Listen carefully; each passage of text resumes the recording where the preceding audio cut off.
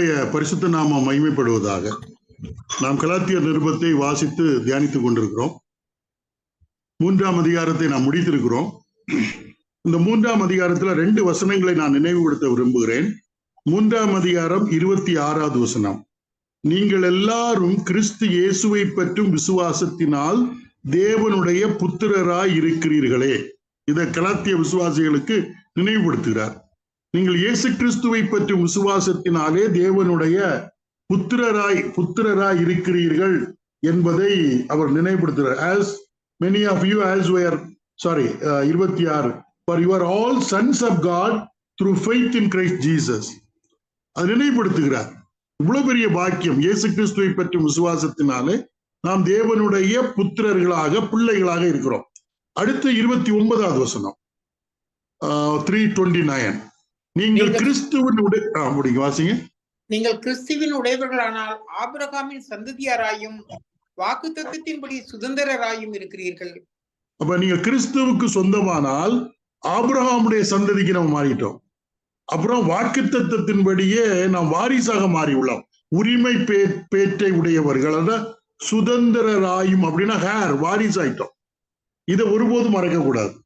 இவ்வளவு உன்னதமான பாக்கியம் நமக்கு ஆண்டவராய் இயேசு கிறிஸ்துவிலே நமக்கு கிடைத்திருக்கிறது. தேவனுடைய புத்திரர்கள், அதே மாதிரி கிறிஸ்துவுக்கு சொந்தமானதுனால ஆபிரகாமுடைய சந்ததி, அப்புறம் வாக்குத்தத்தத்தின்படியே நாம் வாரிசாக சுதந்திரராகவும் இருக்கிறோம். இதுக்கு மேல என்ன வேணும்? தேவனுடைய பிள்ளைகள் என்று அழைக்கப்படுவதற்கு மேல ஆபிரகாமுடைய சந்ததியில் நம்ம சேர்ந்துட்டோம். அப்போ ஆபிரகாமுக்கு வாக்குத்தத்தத்தின்படி கொடுக்கப்பட்ட அனைத்துக்கும் நாம் சுதந்திரவாளியாக மாறிவிட்டோம், சொந்தக்காரர்களாக மாறிவிட்டோம். இதை நினைவுபடுத்தி விட்டு உலகத்துல நடக்கக்கூடிய, அதாவது பெரிய பெரிய டியூக்குன்னு சொல்லுவாங்க, பிரபுக்கள், இவங்க எல்லாம் லேண்ட்லார்ட்ஸ், அவங்க வீட்டுல நடக்கக்கூடிய ஒரு நிகழ்ச்சியை நமக்கு சொல்றாரு பவுல். இதை புரிந்து கொள்ள வேண்டும்.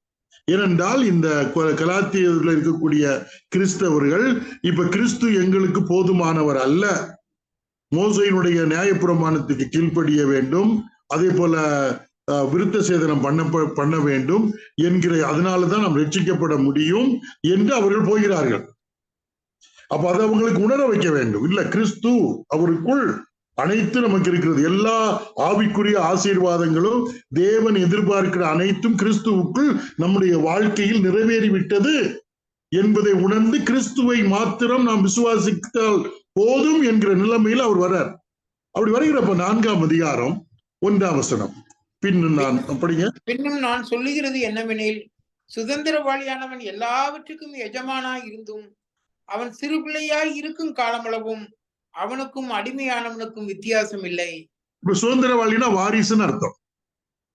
உரிமை பேற்ற உடையவன். ஒரு அப்பா இருக்கிறாருன்னு வைங்களா, அவருக்கு பெரிய பணக்காரர், செல்வந்தர், ஒரு குழந்தை இன்றைக்கு பிறக்கிறது என்று சொன்னாலும் அந்த வீட்டினுடைய எஜமானவன் தான், இன்னைக்கு பிறந்தாலும். ஏன்னா அப்பா ரொம்ப வசதி உள்ளவர், அதனால அப்பாவுடைய சொத்துக்கெல்லாம் வாரிசு, உரிமையாளர், சுதந்திரவாளி அவன் தான். ஆனா குழந்தையாக இருக்கிறார். அதனால என்ன ஆகுது பாருங்க, எஜமானா இருந்தும் அவன் சிறுபிள்ளையா இருக்கும் காலம் அளவும் அவனுக்கும் அடிமையானவனுக்கும் வித்தியாசம் இல்லை. செல்வந்த பணக்காரங்க வீட்டுல என்ன செய்வாங்க, அந்த குழந்தையை கவனிக்கிறதுக்குன்னு ஒரு ஸ்டூவர்ட், ஒரு ஆளை வைப்பாங்க, ஒரு மேனேஜர் வைப்பாங்க, இல்லை ஒரு பொறுப்பாளர் வைப்பாங்க. அதுக்கு என்ன சொல்லப்பட்டிருக்கு அப்படின்னு நீங்க பாத்தீங்கன்னா, கார்டியன் ஒண்ணு ஏற்படுத்துவாங்க. இங்கிலீஷ்ல எப்படி போட்டிருக்கு, but is under guardians and stewards until the time appointed by the father. அது அந்த காலத்துல செய்வது வழக்கம்.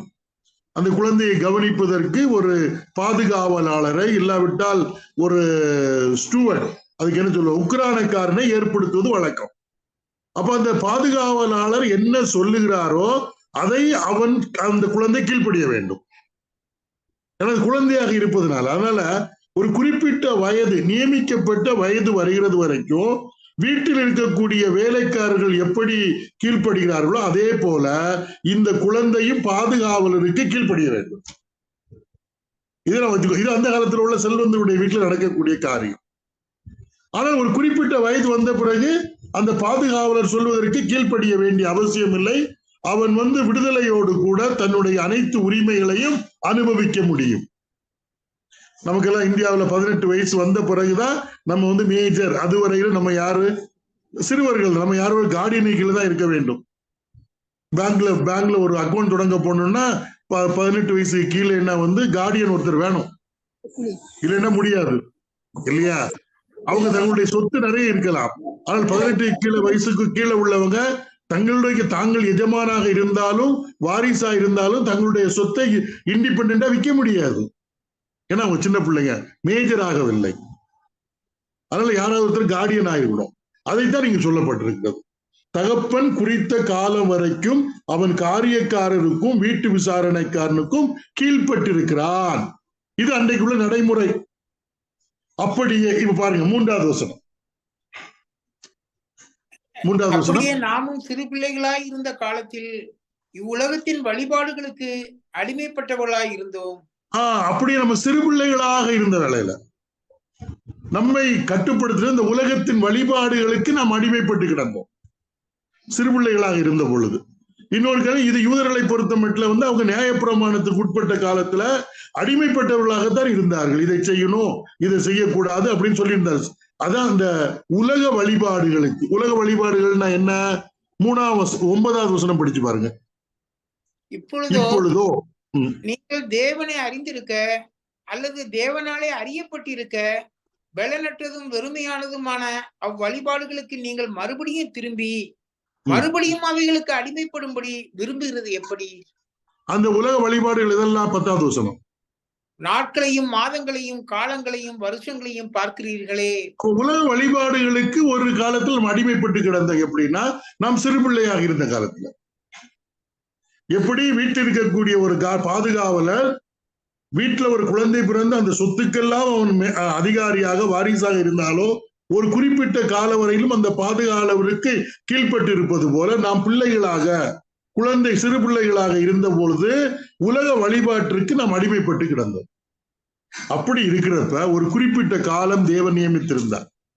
இதுல இருந்தெல்லாம் விடுதலை பெற்று நாம் முழு சுதந்திரத்தை, அதாவது முழுதுமான உரிமை பேற்றையும் அடைவதற்கு, தேவனால் நமக்கு கொடுக்கப்பட்டிருக்கிற அனைத்து ஆசீர்வாதங்களையும் நாம் அனுபவிப்பதற்கு தேவன் ஒரு காலத்தை நியமித்திருந்தார். அந்த காலம் யாரில் நிறைவேறுகிறதுன்னா செயலுக்கு வருகின்ற கர்த்தராகிய இயேசு கிறிஸ்துல.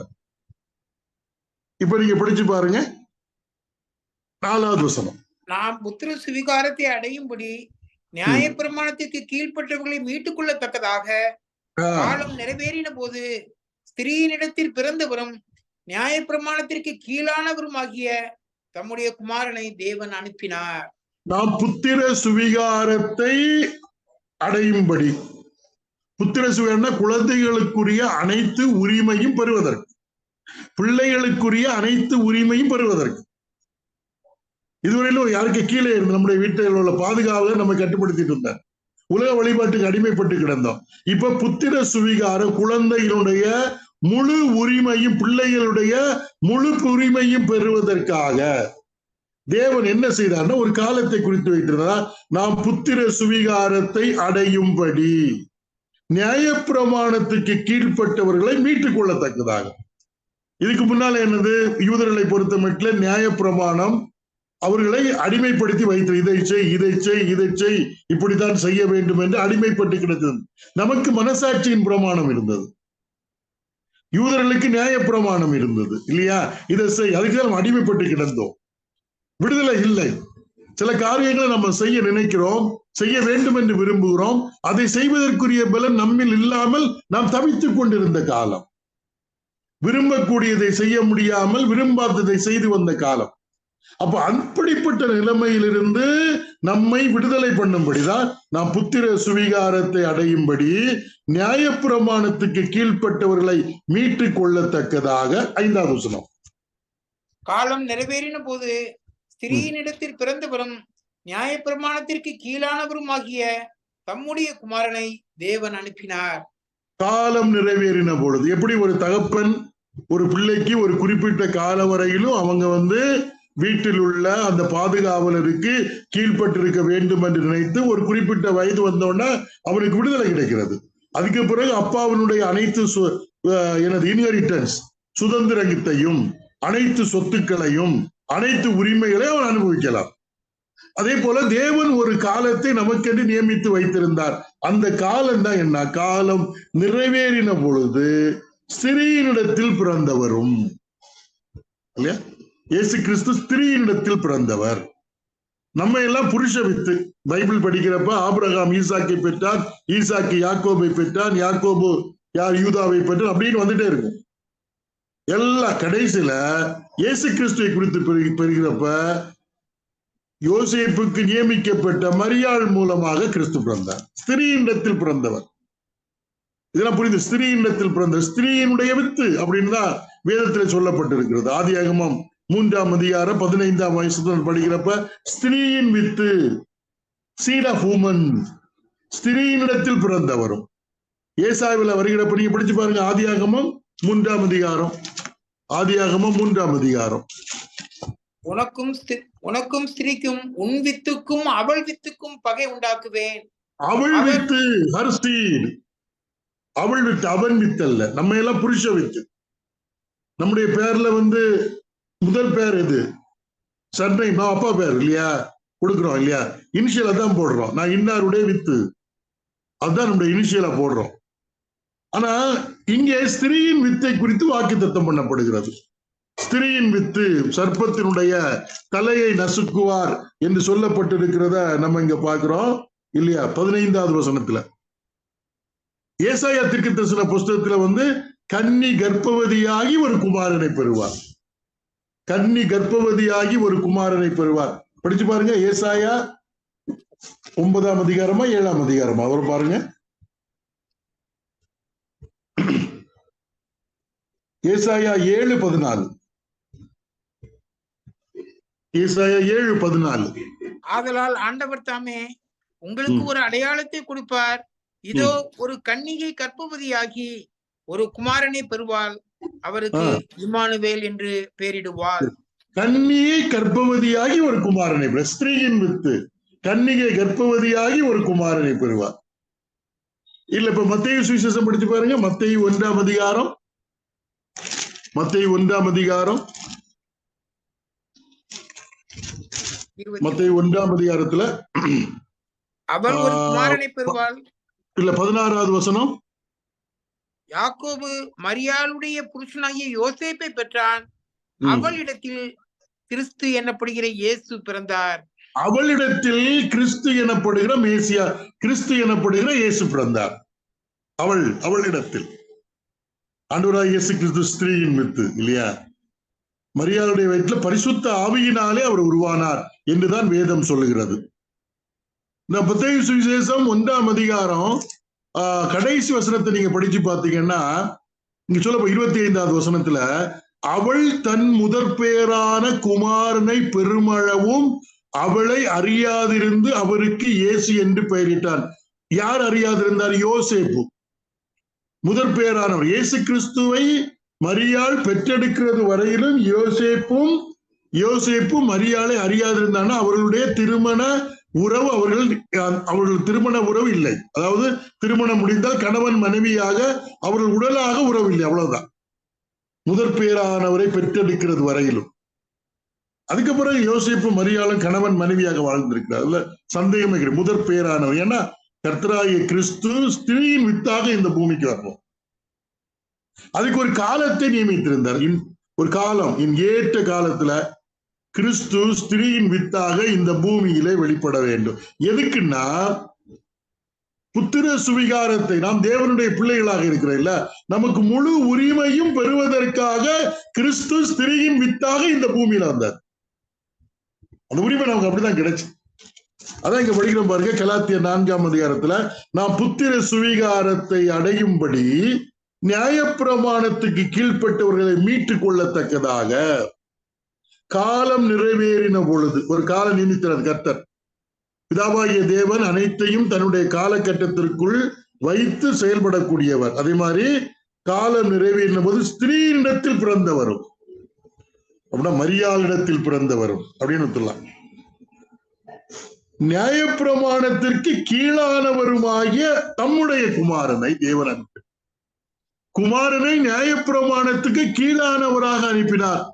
இயேசு கிறிஸ்து ரட்சிப்பு யூதர் மூலம் தான், அவர் யூத குலத்துல வந்தார் இல்லையா? யூதர்களுக்கு பிரமாணம் இருந்தது. அவர் யூத குலத்துல பிறந்ததுனால நியாயப்பிரமாணத்தை அவர் நிறைவேற்றக்கூடிய, அவர் நியாயப்பிரமாணத்துக்கு அடிமை கிடையாது. நம்ம எல்லாம் மனிதர்கள் எல்லாரையும் நியாயப்பிரமாணத்துக்கு அடிமைப்பட்டு கிடந்தார்கள். ஆனால் கர்த்தராகிய இயேசு கிறிஸ்து நியாயப்பிரமாணத்திற்கு கீழானவருமாகிய தம்முடைய குமாரனை தேவன் அனுப்பினார். ஸ்திரீயினிடத்தில் பிறந்தவரும் நியாயப்பிரமாணத்திற்கு கீழானவருமாகி. நீங்க ஆண்டவராகிய இயேசு கிறிஸ்து இந்த பூமியில் இருந்த நாட்கள்ல பாருங்க, நியாயப்பிரமாணத்துல என்ன சொல்லி இருக்குதோ அதன்படி எல்லாம் அவர் தன்னுடைய வாழ்க்கையை அமைத்துக் கொண்டார். இப்ப ஓய்வு நாளை கடைபிடிக்கணும்னா அவர் ஓய்வு நாள் தோறும் ஜெபாலயத்திற்கு சென்றார், தேவாலயத்துக்கு சென்றார். பஸ்கா பண்டிகை, அந்த பண்டிகை ஆசரிக்கணும், அதுக்கு அவர் போவார். நியாயப்பிரமாணத்தை அவர் பிறந்த 8ஆம் நாள்ல அவருடைய பெற்றோர்கள் அவருக்கு விருத்த சேதனம் பண்ணினார்கள். என்னெல்லாம் நம்ம படிக்கிறோம் நியாயப்புறம் மோசையின் பிரமாணத்தின்படி அவர் எல்லாவற்றையும் நிறைவேற்றக்கூடியவராக இருந்தார். ஆனால் ஒரு நியாயப்பிரமாணத்துக்கு உட்பட்டவர், கீழானவர். ஆனால் நியாயப்பிரமாணம் அவர் அடிமைப்படுத்தவில்லை, மாறாக அவர் நியாயப்பிரமாணம் முழுதையும் அவர் நிறைவேற்றினார். அது நியாயப்பிரமாணத்துக்கு உட்பட்டவர். அதான் ரொம்ப முக்கியம். நியாயப்பிரமாணத்தின்படி அவர் எந்த குற்றமும் அவருக்கு மேல காண முடியாது. அவரை விசாரிக்கிறவர்கள் எல்லாரும் நிறைய குற்றச்சாட்டுகள் அவர் மீது சொல்லப்படுகிறது. ஆனால் எந்த குற்றச்சாட்டும் உறுதி பண்ணப்படவில்லை, பொய்யான குற்றச்சாட்டு தான். இவர் மோசையினுடைய நியாயப்பிரமாணத்தை மீறினார். எங்க மீறினார்? இல்லையா?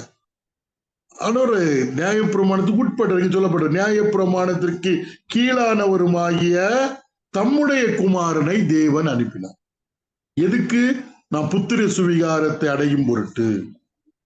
அப்படின்னா முழு உரிமையும் நான் பெறுவதற்காக இல்ல, நம்ம தான் எஜமான் பிள்ளைகளாக இருந்து அனைத்தை அனுபவிக்க வேண்டும், யாருக்கு கீழே இல்லாமல் இருப்பதற்காக அனுப்பினார்.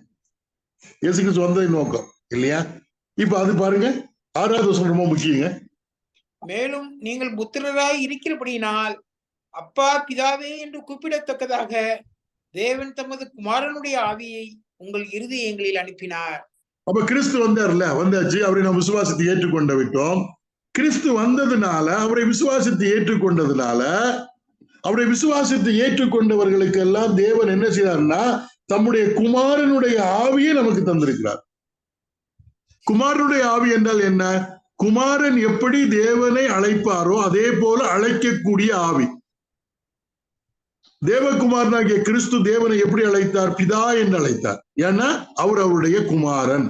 குமாரன் தேவனுடைய குமாரன் தேவனை பிதா என்று அழைக்க முடியும். நம்ம எப்படி நம்முடைய பெற்றோரை அப்பான்னு அழைக்கிறோம்? ஏன்னா நம்ம அவருக்கு பிறந்ததுனால, அவருடைய பிள்ளைகளாக இருப்பதுனால. இது ஒரு ஆவி. அப்ப தேவகுமாரனுடைய ஆவியினாலே தேவனை குமாரன் பிதா என்று அழைத்தது போல நமக்கு என்ன செய்யலாம்? நீங்கள் புத்திரராய் இருக்கிறபடியினால். யாருடைய புத்திரர்கள்? தேவனுடைய புத்திரராய் இருக்கிறதுனால, தேவனுடைய பிள்ளையாய் இருப்பதனால அப்பா பிதாவே என்று கூப்பிடத்தக்கதாக தேவன் தமது குமாரனுடைய ஆவியை உங்கள் இருதயங்களில் அனுப்பினார். நம்ம இன்னைக்கு தேவனை பிதா என்று கூப்பிடுகிறோம். இதெல்லாம் நம்ம நினைச்சு சிந்தித்து செய்கிறது அல்ல. ஏனென்றால் நமக்குள் தேவன் தம்முடைய குமாரனுடைய ஆவியை தந்ததுனாலதான் நம்ம தைரியமாக தாராளமாக தேவனை பிதாவென்று கூப்பிடுகிறோம். இது படிப்பினாலேயோ கற்றறிந்தோ வந்தது கிடையாது. ஒருத்தர் இடத்துல கேட்டார், தேவனை நான் ராஜான்னு கூப்பிடுவேன், அதெல்லாம் நல்லா கூப்பிடலாம், ஏன் பிதான்னு கூப்பிடணும்? நான் சொன்னேன், பிதான்னு கூப்பிடுறது ஒரு சாதாரணமான விஷயம் அல்ல. உலகத்துல எத்தனையோ உறவுகள் இருக்கிறது. மாமா இருக்கிறாங்க, அத்தை இருக்கிறாங்க, சித்தப்பா இருக்கிறாங்க, எல்லாரும் இருக்கிறாங்க. ஆனா தகப்பன் மகன் என்கிற உறவு அழைப்பது அப்பா தான். அதுக்கு வேற பேரே கிடையாது. அப்பாவை போய் ராஜாவே அப்படின்னு கூப்பிட்டுலாம் இருக்க முடியாது. அப்பா என்று அழைப்பது தான் இது இல்லையா? சில தகப்பன்மார் குறை மனசுல வேதனையோட சொல்லுவாங்க, என்ன ஒரு நாள் கூட அவன் அப்பான்னு கூப்பிடுறதே கிடையாது.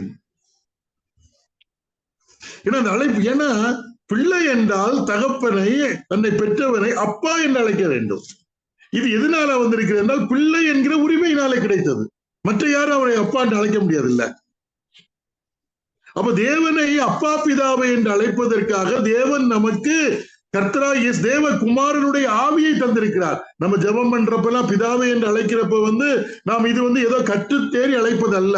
நமக்குள்ளாக தேவ குமாரனுடைய ஆவி இருப்பதனாலே கர்த்தராகிய இயேசு கிறிஸ்து எப்படி தேவனை பிதா என்று அழைக்கிறாரோ அதே போல நாமும் பிதா என்று அழைக்கக்கூடிய அந்த பாக்கியத்தை பெற்றிருக்கிறோம். அதான் தேவன் தமது குமாரனுடைய ஆவியை உங்கள் இருதயங்களில் அனுப்பினார். அது எவ்வளவு பெரிய தைரியம், அது எவ்வளவு பெரிய நம்பிக்கையை தந்திருக்கிறது.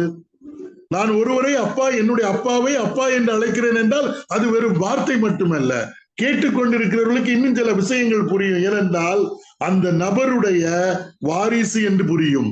அந்த நபருடைய அனைத்து ஆசீர்வாதங்களுக்கும் இவர்தான் உரிமையாளர் என்று தெரியும். அந்த சொத்துக்கெல்லாம் இவர்தான் வாரிசு என்று தெரியும். அப்பா என்கிற அது வெறும் சொல் அல்ல, சொல்லுக்குள் அநேக காரியங்கள் அடங்கி இருக்கிறது. இந்தியாவில் அம்பானி பெரிய செல்வந்தர் என்று சொன்னா அவருடைய மகன் அங்க இருக்கிறாங்க இல்லையா, இப்பதான் நிச்சயம் முடியுதுல்ல. அவன்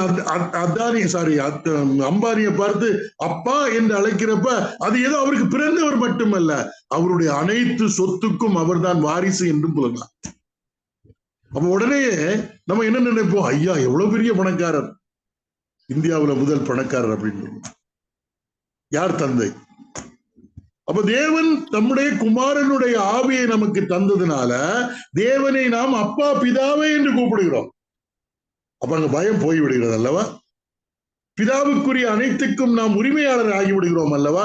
அதை வெளிப்படுத்துவதுதான் அப்பா பிதாவை என்று கூப்பிடுதல் தேவனை. நீங்க ஒரு வசனத்தை படிக்கலாம் பாருங்கள்.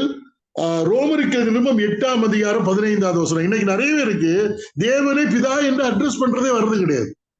அதுக்கு வேற இதெல்லாமே சொல்லிட்டு இருப்போம். அப்பாவுக்கு பிதா என்று அப்பா என்று அழைப்பதற்கு பதிலாக எந்த வார்த்தையை நம்ம ஈடு கொடுக்க முடியும்? எந்த வார்த்தையை அதற்கு ஒப்பாக சொல்ல முடியும்? சொல்லவே முடியாதுங்க. ரோமர் 8ஆம் அதிகாரம் 15வது வசனம்.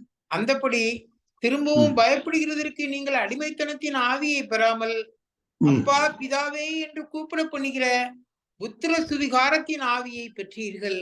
நான் ஒவ்வொரு முறையும் தேவனை பிதா என்று கூப்பிடுகிறப்ப எனக்குள் எழும்பக்கூடிய ஒரு உள்ளான ஒரு சத்தம், நான் தேவனுடைய பிள்ளை, அவர் என்னுடைய பிதா, அவருடைய அனைத்திற்கும் நான் சுதந்திரவாளி, வாரிசு, அவருக்குரியதெல்லாம் எனக்கு சொந்தம் என்கிற அந்த உணர்வு எனக்குள்ள ஏற்படுகிறது.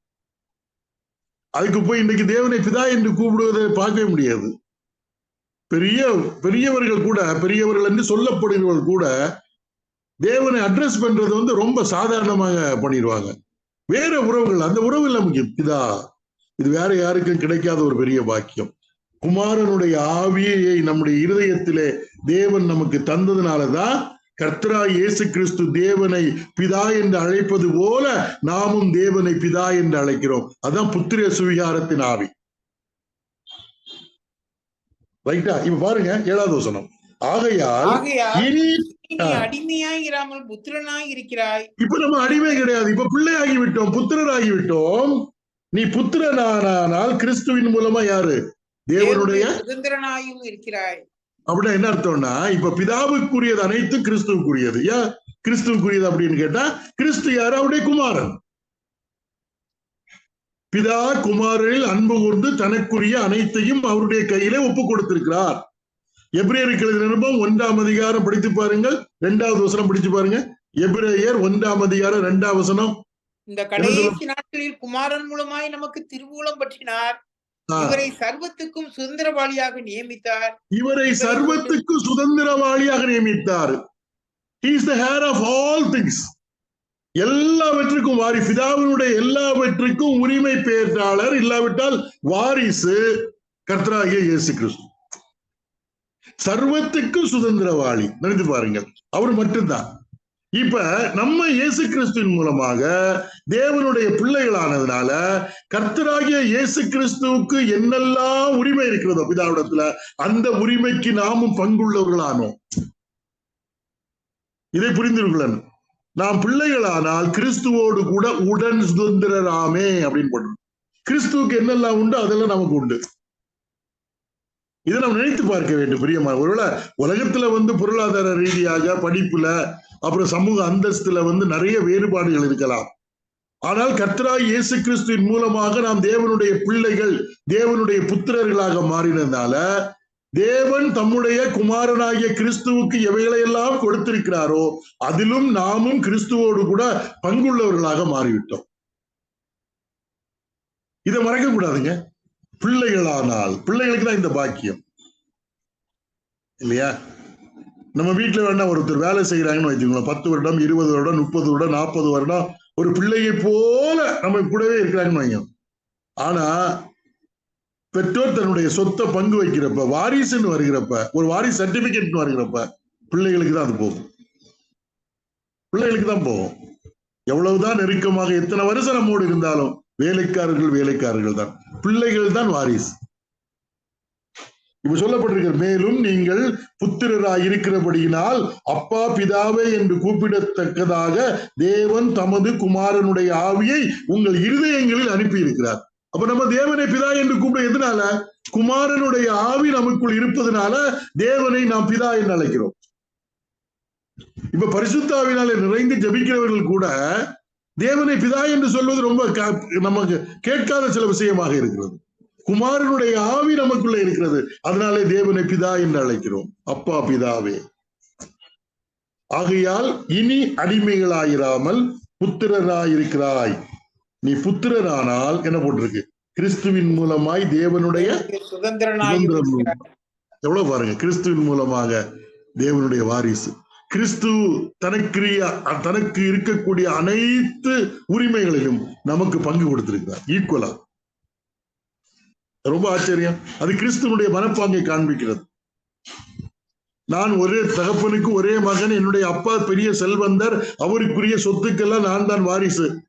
அப்ப அப்பா சொல்றாங்கன்னு வைத்துக்கொள்ள ஒரு கற்பனையில என்ன பார்த்து சொல்ல, ரவி நீ ஒரு பையன் தான் இருக்கிற, ஆனா உனக்கு சொத்து அதிகமாக இருக்கிறது, நிறைய இருக்குது, அதனால உனக்கு ஈக்குவலா நான் இன்னொரு பையனை அடாப்ட் பண்றேன், தத்து எடுக்கிறேன், அதனால நம்ம சொத்துல ஒரு பகுதி அவனுக்கு கொடுப்பட நான் சம்மதிக்க மாட்டேன். ஆனா கர்த்தராகிய இயேசு கிறிஸ்து ஒரே பேரான குமாரன், தேவனுக்குரிய அனைத்திற்கும் அவர்தான் வாரிசு, சுதந்திரவாளி. ஆனால் தேவன் அநேக பிள்ளைகள் தனக்கு வேண்டும் என்று சொன்ன வேளையில அந்த பிள்ளைகளை உருவாக்குவதற்காக அவர் இந்த பூமிக்கு வந்து தம்முடைய ஜீவனை கொடுத்து தேவனாகிய கர்த்தருக்கு அநேக பிள்ளைகளை உருவாக்கி விட்டார். அது என்ன உள்ளங்க பாருங்க, அது பெரிய உள்ளங்க, அதான் தெய்வீக உள்ளம்னு சொல்றது. எபிரேயர்கள் நிருபம் படிச்சு பாருங்க. எபிரேயர்கள் நிருபம் 5ஆம் அதிகாரம் 5ல 2ஆம் அதிகாரத்துக்கு வரும் பாருங்க. அநேக பிள்ளைகள், அது எத்தனை அதிகாரம் வருது பாருங்க. அநேக பிள்ளைகளை மகிமையில் கொண்டு வந்து சேர்க்கையில்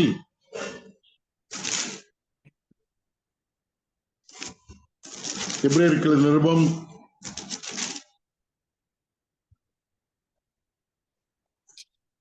1 வசனம் வரும். அநேக பிள்ளைகளை மகிமையில் கொண்டு வந்து சேர்க்கையில். நீங்க அதை ஞாபகப்படுத்த நீங்க இடையில சொல்லிடலாம், நம்ம பார்த்துடலாம் பாரு. அநேக பிள்ளைகள், தேவனுக்கு ஒரே ஒரு குமாரன், ஆனால் அவருக்கு அநேக பிள்ளைகள் தேவை. அந்த பிள்ளைகளாக கிறிஸ்துவினுடைய மரணத்தின் மூலமாக, கிறிஸ்துவை விசுவாசித்ததன் மூலமாக நாம் தேவனுடைய பிள்ளைகளான பொழுது கர்த்தராகிய இயேசு கிறிஸ்து அவருக்கு இருந்த அனைத்து உரிமைகளிலேயும் நமக்கும் பங்குள்ளவர்களாக நம்மை மாற்றினார் என்று சொல்லப்பட்டிருக்கிறதை நம்ம பார்க்கிறோம். ஏனென்றால்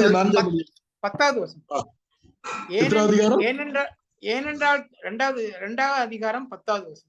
2வது எபிரேயர் 2:10 படிச்சு பாருங்க. ஏனென்றால் தமக்காகவும் தம்மாலையும் சகலத்தையும் உண்டாக்கினவர் அநேகம் பிள்ளைகளை மகிமையிலே கொண்டு வந்து சேர்க்கையில் அவர்களுடைய ரட்சிப்பின் அதிபதியை உபத்திரவங்களினாலே பூரணப்படுத்துகிறது அவருக்கு ஏற்றதாயிருந்தது. அப்ப அநேகரை தேவனுடைய பிள்ளைகளாக மாற்றுவதற்கு தேவன் தம்முடைய குமாரனாகிய கிறிஸ்து, அவர் தான் நம்முடைய ரட்சிப்பின் அதிபதி, அவரை பாடுகளுக்கு உட்படுத்தி நம்மை பிள்ளைகளாக மாற்றினார். ஆண்டவர் இயேசு கிறிஸ்து அப்ஜெக்ட் பண்ணவே இல்லையே. எனக்கு இருக்கக்கூடிய உரிமைகளை எல்லாம் மற்றவர்களுக்கு கொடுக்க வேண்டுமே என்று பிதாவிடத்துல வாதிடவில்லையே. மாறாக அது பிதாவுடைய சித்தம் என்று அறிந்த வேளையில தம்மை ஒப்பு கொடுத்து நம்மை தேவனுடைய பிள்ளையாக மாற்றி இருக்கிறார். அதனால கர்த்தராகிய இயேசு கிறிஸ்துவுக்கு சொந்தமான அனைத்திற்கும் நாம் உரிமையாளர்களாக மாறி இருக்கிறோம். we became co-heir with Lord Jesus Christ. இயேசு கிறிஸ்துவோடு கூட நாமும் சுதந்திரவாளிகளாக மாறினோம், வாரிசாக மாறிட்டோம். தேவனை அப்பா பிதாவே என்று கூப்பிடக்கூடிய புத்திர சுவிகாரத்தினால் அது எவ்வளவு பெரிய பாக்கியங்க. இப்ப என்னாச்சு பாருங்க, 7வது வசனம். ஆகையால் இனி நீ அடிமையாயிராமல் புத்திரனாயிருக்கிறாய், நீ புத்திரனானதால் கிறிஸ்து மூலமாய் தேவனுடைய அப்படி இருக்கிற சுதந்திரனாயிருக்கிற தேவனுக்குரிய அனைத்திற்கும் உரிமையாளராக இருக்கிறார் கிறிஸ்துவுடன். இது ரோமர்ல தெளிவா சொல்லப்பட்டிருக்கு. இதுதான் நம்முடைய நிலைமை. நான் இன்னைக்கு தேவனுடைய பிள்ளை, தேவனுடைய புத்திரர், தேவனுக்குரிய அனைத்திற்கும் நான் சொந்தக்காரர். எவ்வளவு பெரிய ஆச்சரியம் என்பதான் பாக்குறேன். ரைட், இப்ப முன்னால் உள்ள காலத்தை சொல்றார். 8ஆம் வசனத்தை படிக்கலாம் பாருங்க. நீங்கள் தேவனை அறியாமல் இருந்தபோது சுபாவத்தின்படி தேவர்கள் அல்லாதவர்களுக்கு அடிமைகளாய் இருந்தீர்கள். பாத்தீங்கன்னா, தேவனை நீங்கள் அறியாமல் இருந்த பொழுது அப்படின்னா மெய் தேவனை, ஜீவனுள்ள தேவனை, வானத்தையும் பூமியும் படைத்த தேவனை, கர்த்தராய் இயேசு கிறிஸ்துவின் பிதாவாகிய தேவனை, இயேசு கிறிஸ்துவை உயிரோட எழுப்பின தேவனை நீங்கள் அறியாமல் இருந்த பொழுது சுவாபத்தின்படி தேவர்கள் அல்லாதவர்களுக்கு அடிமைகளாய் இருந்தீர்கள். அப்படின்னா என்னது? அதுக்கு முன்னாலே நமக்கு தேவர்கள் இருந்தார்கள், ஆனால் அவங்கள்ட்ட தெய்வீக சுவாபம் கிடையாது. ஒருவர் தெய்வத்தை எப்படி தேவனை எப்படி கண்டுபிடிக்கிறது? இவர் தெய்வம் என்று சொன்னால் அந்த தெய்வத்திடம் தெய்வீக சுவாபம் இருக்கு. தெய்வீக சுவாபம் இல்லாதவைகளை ஒரு காலத்தில் தெய்வம் என்று நாம் நினைத்து வந்தோம். இப்பவும் அநேகர் அதான் நினைக்கிறாங்க, இதுதான் எங்க கடவுள், எங்க தெய்வம்னு சொல்றாங்க. ஆனா தெய்வீக சுவாபம் இருக்கிறது என்றால் இல்லை. ஒருத்தர் கேட்டாரு, நீங்க வழிபடுகிற தெய்வம் உங்க வீட்டு பக்கத்துல வந்து தங்கினால் நீங்க என்ன நினைப்பீங்க? உங்க வீடை வந்து திறந்து வச்சிருப்பீங்களான்னு கேட்டாங்க. யோசிக்க ஆரம்பிச்சது. ஏன்னா அந்த அவரை குறித்த கதைகள் எல்லாம் வந்து ரொம்ப வித்தியாசமாக இருக்கு. தெய்வீக சுவாபம் இல்லாதவைகளை தெய்வம் என்று நினைத்த காலம் உண்டு. அப்ப தெய்வீக சுவாபம் யாருக்குள் இருக்கிறது அப்படின்னா கர்த்தராகிய இயேசு கிறிஸ்துக்குள் மட்டும்தான் தெய்வ சுவாபம் அனைத்தும் பரிபூரணமாக இருக்கிறது என்று பரிசுத்த வேதாகமம் சொல்லுகிறது. கொலோசியருக்கு நிருபம் 1ஆம் அதிகாரம் 2ஆம் அதிகாரம் 9வது வசனம் படிங்க. கொலோசியருக்கு நிருபம் 2ஆம் அதிகாரம் 9வது வசனம். லௌகீக ஞானத்தினாலும் 2ஆம் அதிகாரம் 9வது வசனம் லௌகீக ஞானமா? ஏனென்றால் தேவத்துவத்தின் பரிபூர்ணம் எல்லாம் சரீர பிரகாரமாக அவருக்குள் வாசமாய் இருக்கிறது. அதாவது தேவத்துவத்தின் பரிபூர்ணம்னா தெய்வத்தினுடைய சுவாபம் அனைத்தும், தெய்வீக தன்மை அனைத்தும் முழுமையாக உடலில் கர்த்தராகிய இயேசு கிறிஸ்து இந்த பூமியில வந்த வேளையில எல்லாமே அவருக்குள் வாசமா இருந்தது. அப்படின்னா அவருடைய தெய்வீக தன்மை அனைத்தும் அவருக்குள்ளதான் இருக்குது. அது கொஞ்சம் இல்ல, பூரணமாக. அதை புரிந்து கொள்ள வேண்டும். நிறைய கேட்பாங்க கேள்வி, இயேசு கிறிஸ்து தன்னை தெய்வம் என்று எங்க சொல்லி இருக்கிறார்? நான் கேட்பேன், எதுக்கு அவர் சொல்லணும்? அவருக்குள் அனைத்து தெய்வீக சுவாபமும் இருக்கிறது. நம்ம பார்த்து நம்ம அறிந்து அவரை தெய்வம் என்று அறிக்கை பண்ணலாம்.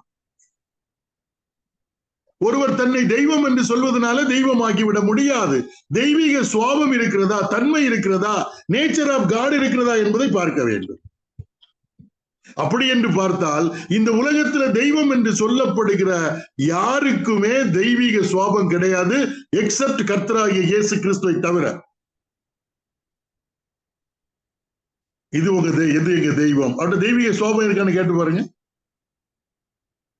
தெய்வத்தினுடைய சுவாபம் என்ன என்று அறிய வேண்டுமால் பரிசுத்த வேதாகமத்தை படிக்க வேண்டும்.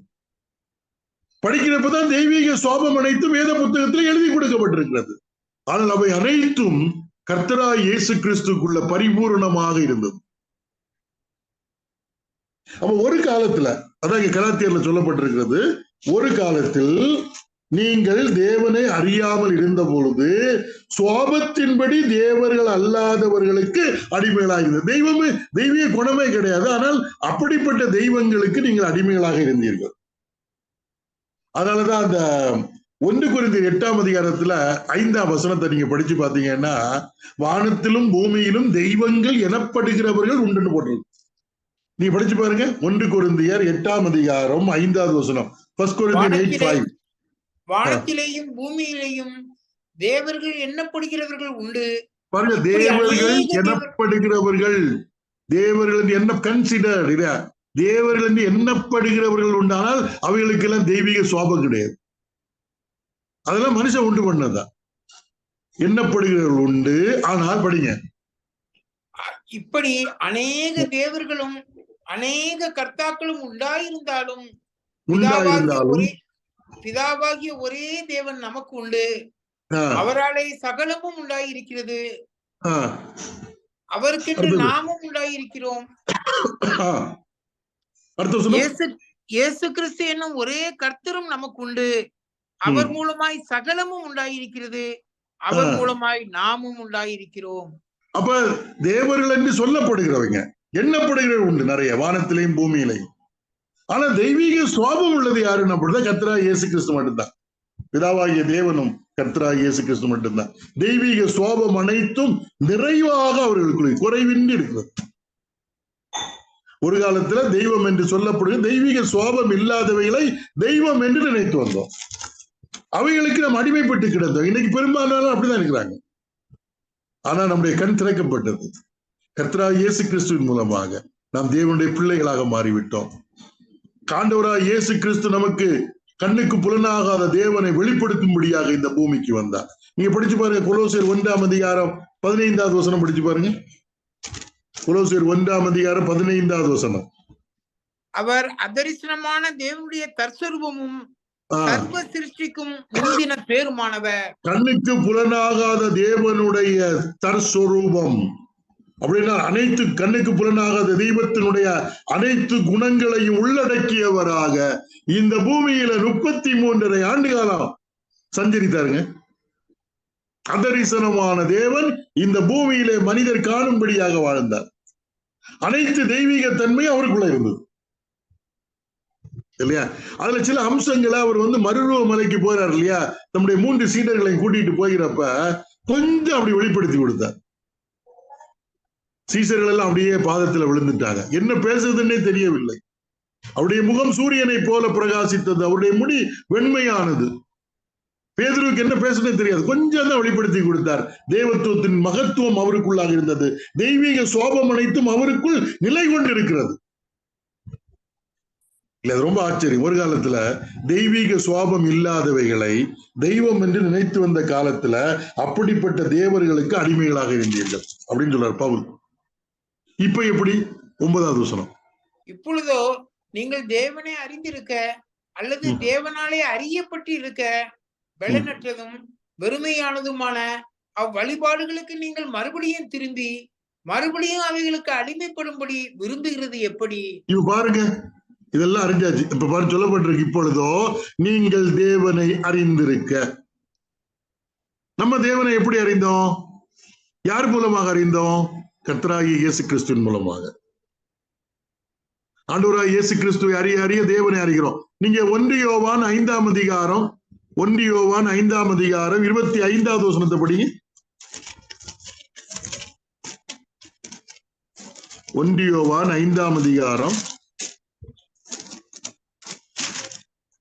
20வது வசனம். 20. அன்றியும் நாம் சத்தியம் உள்ளவரை அறிந்து கொள்வதற்கு தேவனுடைய குமாரன் நமக்கு புத்தியை தந்திருக்கிறார் என்றும் அறிவோம். போதும். சத்தியம் உள்ளவரை அறிந்து கொள்வதற்கு தேவனுடைய குமாரன் நமக்கு புத்தியை தந்தார். குமாரன் மூலமாக நாம் தேவனை அறிந்து கொண்டோம். இன்றைக்கு நாம் அறிந்து கொண்டே இருக்கிறோம். பைபிள் சொல்லுது, குமாரனை தவிர வேறு ஒருவனும் பிதாவை அறியான். குமாரன் யாருக்கு பிதாவை வெளிப்படுத்த சித்தமா இருக்கிறாரோ அவன் மட்டுமே பிதாவை அறிய முடியும், தேவனை அறிய முடியும். நாம் கர்த்தராகிய இயேசு கிறிஸ்துவின் மூலமாக பிதாவை அறிந்து கொள்ளும்படியான அறிவு நமக்கு கிடைத்தது. இதெல்லாம் புரிந்திருக்க வேண்டும். அதான் இங்க பவுல் சொல்ற, இப்பொழுதோ நீங்கள் தேவனை அறிந்திருக்க. பவுல் போய் கர்த்தராகிய இயேசு கிறிஸ்துவை பிரசங்கிக்க, கர்த்தராகிய இயேசு கிறிஸ்துவின் மூலமாக கலாத்தியாவில் இருக்கக்கூடியவர்கள் தேவனை அறிவதற்கான வாய்ப்பு கிடைத்தது. தேவனுடைய அன்பை உணர்ந்து கொள்வதற்கான வாய்ப்பு கிடைத்தது. தேவ செயல் எப்படி தேவன் மனிதனோடு ஈடுபட்டார் என்பதை அறிந்து கொள்வதற்கான வாய்ப்பு கிடைத்தது. தேவன் எப்படிப்பட்டவர் என்பதை அறிந்து கொள்வது. இப்பொழுதோ நீங்கள் தேவனை அறிந்திருக்க அல்லது தேவனால் அறியப்பட்டிருக்க. இல்ல, நாம் தேவனை அறிந்தோம், தேவன் நம்மை அறிந்தார். ரொம்ப ஆச்சரியம். தேவனால் அறியப்பட்டிருக்க, முழுமையா அறிந்தது, நம்ம தேவனுடைய பிள்ளைகள் ஆகிவிட்டோம், கர்த்தராகிய இயேசு, இதெல்லாம் அறிந்த பிறகும் இன்னும் பழைய சடங்கு, பழைய காரியங்கள்ல போனா அது எப்படி? அதன் மூலமாகத்தான் நான் தேவனை திருப்திப்படுத்த முடியும், அதன் மூலமாகத்தான் நான் ரட்சிப்படைய முடியும், அதுதான் என்னுடைய ஆவிக்குரிய வாழ்க்கை என்று சொல்லி பழைய சடங்குகள், சம்பிரதாயங்கள், இதை நம்ம கடைபிடித்தால் அது எப்படி? யூதர்களை பொறுத்தமட்டில் விருத்த சேதனம் பண்ணால்தான் ரட்சிப்பு, மோசையினுடைய பிரமாணத்தை கடைபிடித்தால் தான் ரட்சிப்பு. நாங்கள் தேவனை அறிந்து விட்டோம், தேவனுடைய உள்ளத்தை அறிந்து விட்டோம், நமக்கு ரட்சிப்பு எப்படி கிறிஸ்துவின் மூலமாக வருகிறது என்பதையும் நாம் அறிந்து விட்டோம் விசுவாசத்தினாலே. அதையெல்லாம் விட்டுட்டு திரும்பவும் நம்ம பலனற்றதும் வெறுமையுமானதுமான அவ்வழிபாடுகளுக்கு நீங்கள் மறுபடியும் திரும்பி மறுபடியும் அவைகளுக்கு அடிமைப்படும்படி விரும்புகிறது எப்படி? இன்னைக்கு நிறைய நீங்க பாத்தீங்கன்னா உங்க ஸ்பிரிச்சுவல் லைஃபை பற்றி சொல்லுங்கன்னா, என்னுடைய ஸ்பிரிச்சுவல் ஆவிக்குரிய வாழ்க்கை கர்த்தராகிய இயேசு கிறிஸ்துவை நான் விசுவாசிக்கிறேன், அதன் மூலமாக நான் வளர்கிறேன் என்று சொல்லுவது போல சிலர் சொல்லுவாங்க, நான் இதை செய்கிறேன், அதை செய்கிறேன், அப்படி செய்கிறேன், இந்த சடங்கை நிறைவேற்றினேன், அந்த சடங்கை நிறைவேற்றினேன், அதனால நான் மீட்படைந்திருக்கிறேன், அதனால நான் மீட்படைய போகிறேன், இப்படியே சொல்லிட்டு இருப்பாங்க. அதனால அது கிடைக்கும், இது கிடைக்கும். அப்படி என்னால இயேசு கிறிஸ்துவை நாம் மட்டுப்படுத்துகிறோம். யூதர்கள் சொல்லிட்டு இருந்தாங்க, யூத கிறிஸ்தவர்கள் வந்தாங்க சொல்றாங்க, நீங்கள் விருத்த சேதனம் பண்ணப்படாவிட்டால் ரட்சிக்கப்பட மாட்டீங்க. அப்படின்னா இயேசு கிறிஸ்து வேண்டாம், அவர் நமக்கு ரட்சகர் அல்ல, நம்ம இந்த விருத்த சேதனத்தின் மூலமாக ரட்சிக்கப்படுகிறோம், மோசையினுடைய நியாயப்பிரமாணத்தை கை கொள்ளுகிறதுனால நாம் ரட்சிக்கப்படுகிறோம், பண்டிகைகளை அனுசரிக்கிறதுனால நாம் ரட்சிக்கப்படுகிறோம், ஓய்வு நாளை கடைபிடிக்கிறதுனால நாம் ரட்சிக்கப்படுகிறோம். இப்ப நம்ம பிள்ளைகள் ஆகிட்டோங்க. பிள்ளைகள் ஆன பிறகு பிள்ளைகளை மாதிரி நடக்கணும், எந்த பயமும் நமக்கு தேவை கிடையாது. பிள்ளைய பிறந்து விட்டார். இதான் இந்த திரும்பி மறுபடியும் அவைகளுக்கு அடிமைப்படும்படி விரும்புகிறது எப்படி? 10 அதுல என்ன சொல்லப்பட்டிருக்கு? 10வது வசனம், நாட்களையும் மாதங்களையும் காலங்களையும் வருஷங்களையும் பார்க்கிறீர்களே. அதான் நீங்க படிச்சு பாத்தீங்கன்னா, நாட்கள், மாதங்கள், காலங்கள், யூதர்களுக்கு இதெல்லாம் ரொம்ப முக்கியமான ஒரு இது. நம்ம நாட்கள்லாம் பாக்குறவங்க இருக்கிறாங்க.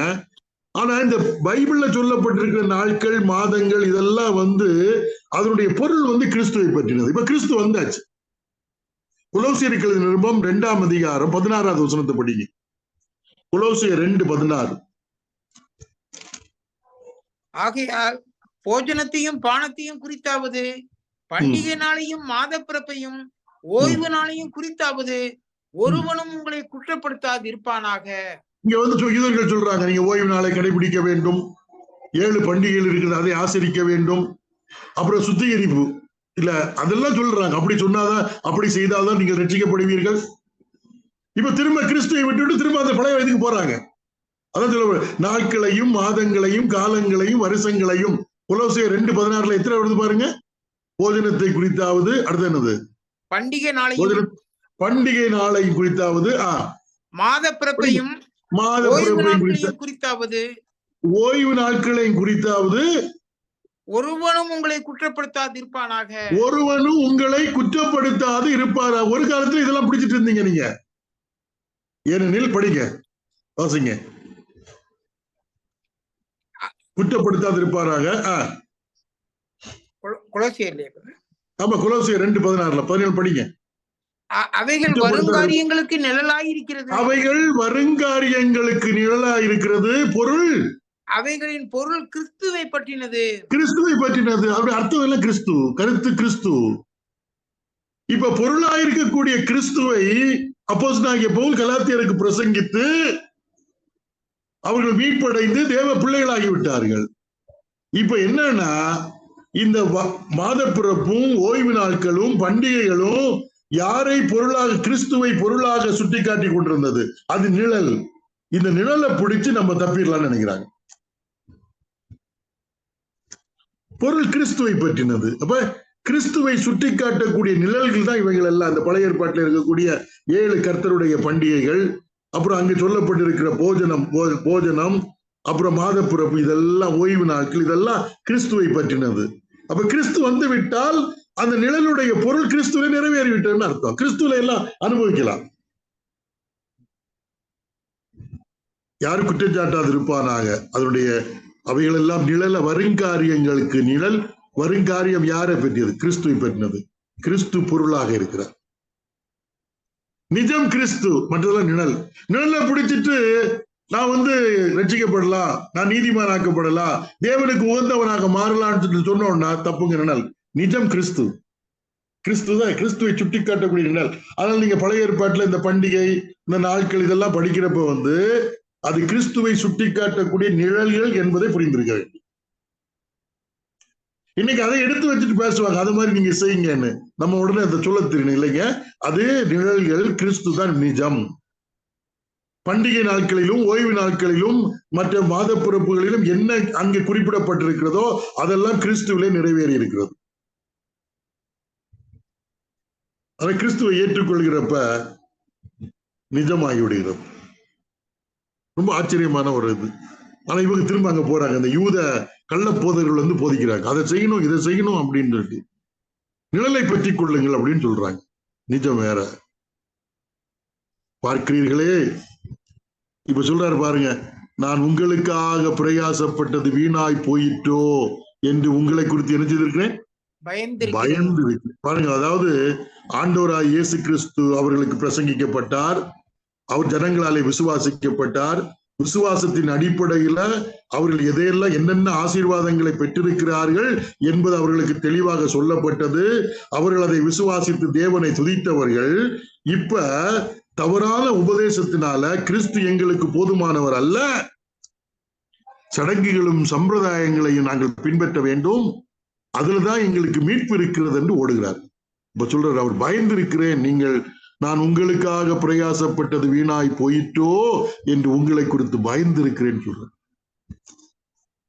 கிறிஸ்துவுக்குள் அனைத்தும் நமக்கு இருக்குதுங்க.